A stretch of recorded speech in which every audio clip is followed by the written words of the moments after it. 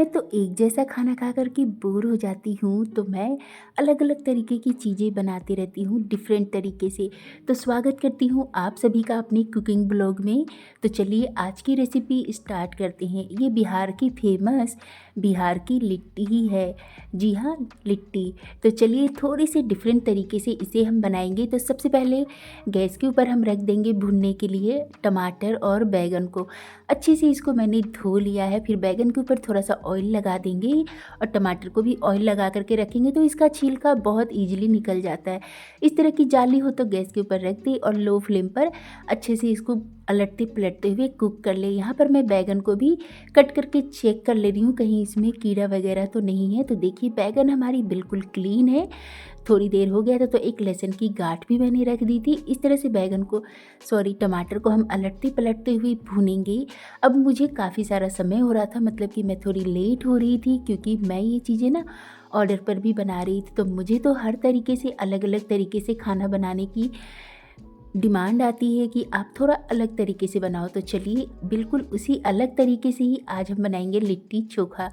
तो बैंगन के ऊपर मैंने अच्छे से ऑयल ग्रीस कर दिया है, इससे इसका छिलका इजीली निकल जाता है। अब समय कम था तो कुकर में मैंने रख दिया आलू बॉयल होने के लिए, साइड में दूध, और एक तरफ मैं बैंगन को भी इस तरह से लो फ्लेम पर कुक करूँगी। अब बारी आती है बारीक बारीक सब्जियों को कट करने की। तो इसमें खूब सारा लहसुन, अदरक, प्याज, और आजकल तो मार्केट में लहसुन की पत्तियाँ भी मिल रही है तो वो भी ज़रूर डालिएगा, इससे फ्लेवर और स्वाद बहुत अच्छा आता है। इसको भी बिल्कुल बारीक बारीक मैंने कट कर लिया, लहसुन की पत्ती को, और साथ में हरे धनिए की पत्ती को भी कट कर लिया है। यहाँ पर मैं थोड़ी ज़्यादा क्वांटिटी में बना रही हूँ 10 लोगों के लिए। तो 750 ग्राम मैंने लिया है सत्तू। ये ईजिली मार्केट में मिल जाता है। अब हम इसमें डालेंगे बारीक कटे हुए खूब सारे अदरक, लहसुन, प्याज, धनिया की पत्ती और लहसुन की पत्ती। इससे बहुत अच्छा फ्लेवर आता है। एक छोटी चम्मच मैंने अजवाइन और कलौंजी, हमारे यहाँ पर तो इसे मंगरेल बोलते हैं, दोनों को हाथों से क्रश करके डालेंगे, इससे स्वाद बहुत अच्छा आता है। नमक डालेंगे स्वाद के हिसाब से। भरमा 2 मिर्च मैंने डाल दिए हैं। आपके पास जो भी अचार है ना वो डाल दीजिएगा, इससे बहुत अच्छा टेस्ट आता है। अब यहाँ पर 4-5 नींबू को भी मैं अच्छे से निचोड़ करके डालूँगी। आजकल नींबू भी बहुत अच्छे आ रहे हैं। तो आप यहाँ पर स्टफिंग को टेस्ट भी कर सकते हैं। जो भी चीज़ें आपको फीकी या कम लगे ना, आप इसमें डाल सकते हैं। अब हम यहाँ पर डालेंगे 2 से 3 बड़ा चम्मच सरसों का तेल और सभी चीज़ों को अच्छे से मिक्स करेंगे। धीरे धीरे करके आप देखेंगे ना कि जैसे जैसे आप मिक्स करते जाएंगे इसमें एक बाइंडिंग कंसिस्टेंसी आ जाती है। अच्छे से मिक्स करेंगे। ये जो सत्तू होती है ना, ये प्रोटीन से भी रिच होती है और बहुत ही अच्छा होता है। ठंड के दिनों के लिए तो बहुत ही मतलब कि मज़ेदार लगती है ये खाने में। सर्दियाँ हो या गर्मी, सत्तू हमेशा ही हमारे शरीर को फ़ायदा ही करती है। अच्छे से सभी चीज़ों को मिक्स कर दिया है। मैंने इसमें 3-4 चम्मच और डाला था सरसों का तेल। आप चाहो तो इसमें थोड़ा बहुत पानी का यूज़ करके भी ना इस तरह से मतलब कि अच्छे से मिक्स कर सकते हैं। मैंने यहाँ पर सरसों के तेल में ही सभी चीज़ों को अच्छे से मिक्स कर लिया था। स्टफिंग तैयार हो गई है हमारी सत्तू की। टेस्ट कर लीजिएगा, अगर कुछ भी आपको कम लगे ना, जैसे नमक या फिर हल्का खट्टा कम लग रहा है तो आप डाल सकते हो। मैंने हरी मिर्च का यूज़ नहीं किया है, आप चाहो तो हरी मिर्च भी यूज कर सकते हो।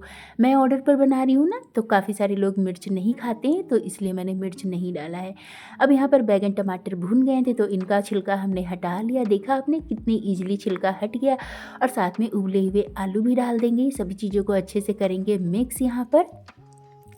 और ये जो चोखा है ना बहुत ही लाजवाब लगती है और बहुत कम तेल मसाले में ये बन कर के तैयार हो जाती है और खाने में इतनी स्वाद लगती है ना कि आपको इसका स्वाद मुंह को लग जाएगा।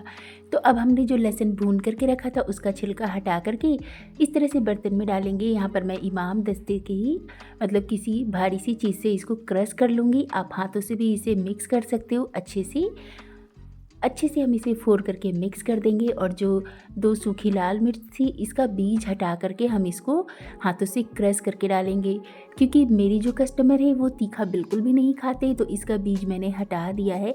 भुनी हुई लाल मिर्च डालने से ना स्वाद बहुत अच्छा आता है इस तरह से चोखे में। अब आलू यहाँ पर थोड़ा सा कम लग रहा था तो मैंने एक आलू और मिक्स कर दिया है। और साथ में यहाँ पर जो हमने चोखा बना करके रखा था ना मिक्स करके, वो सारा डालेंगे। इस टाइम पर तो बहुत ही अच्छा लगता है ये खाने में। ठंड के दिनों में या बारिश के दिनों में ना इस तरह से जब आप लिट्टी और चोखा बना करके खाओगे तो आपको बहुत मज़ा आएगा। अब खूब सारे इसमें डालेंगे बारीक कटे हुए प्याज और धनिया की पत्ती, और अदरक को भी मैंने कद्दूकस करके रखा है, उसे डाल देंगे। आप चाहो तो बारीक बारीक काट करके भी डाल सकते हो, लेकिन मुँह में आता है तो फिर अच्छा नहीं लगता, इसलिए मैं हमेशा कद्दूकस करके ही डालती हूँ अदरक को चोखे में।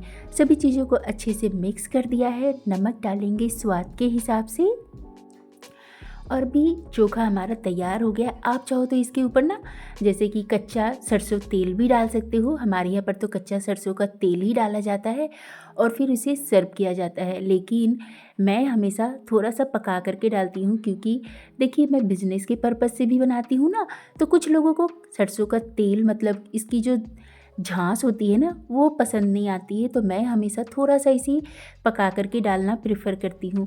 तो अब हम इसमें गैस के ऊपर रखेंगे एक तड़का पैन, इसमें डालेंगे सरसों का तेल, और तेल में धुआं आ गया था तो बस उसे गैस की फ्लेम को बंद करेंगे। बारीक कटे हरी धनिया की पत्ती डालेंगे, सॉरी लहसुन डालेंगे, हरी मिर्च डाला है मैंने एक, ये हल्की कम तीखी वाली है, और सभी चीज़ों को अच्छे से मिक्स कर देंगे। चोखा को ढक कर रखेंगे, थोड़ी देर के बाद इसे मिक्स कीजिएगा और चोखा बन करके तैयार हो गया है। आटा देखिए कितना सख्त लगाया है। आटे में मैंने कुछ भी नहीं डाला, बस नमक डाला है और बिल्कुल थोड़ा थोड़ा पानी डाल करके आटे को एकदम सख्त लगा करके तैयार करेंगे। जितना टाइट आप आटा लगाएंगे आपकी लिट्टी उतनी ही अच्छी बन करके तैयार होगी। तो इस तरह से एक पेड़ा लेंगे और इसके अंदर बनाएंगे जगह, और इस तरह से सत्तू की स्टफिंग को फिल करेंगे। तो जितना आपने आटा लिया है ना, यानी कि पेड़ा, उससे थोड़ा सत्तू लेंगे ना तो लिट्टी बहुत ही टेस्टी लगती है। अब इस तरह से पेड़े के अंदर बनाएंगे जगह और खूब सारा इसमें सत्तू भरेंगे। अच्छे से हम इसको पैक करेंगे गोल गोल घुमाते हुए, और फिर जो एक्स्ट्रा आटा है उसे आप चाहो तो हटा देना या फिर इसके अंदर ही सेट कर सकते हो। तो मैं तो ये बहुत बार बनाती हूँ और मुझे तो आदत हो गया है, तो मैं तो ऐसे ही भी रख देती हूँ, कभी कभी हटा भी देती हूँ। आपको अगर नहीं आता है तो आप इसे हटा दीजिएगा, अच्छे से पैक कीजिएगा ताकि जो लिट्टी है ना वो बिल्कुल भी खुले ना।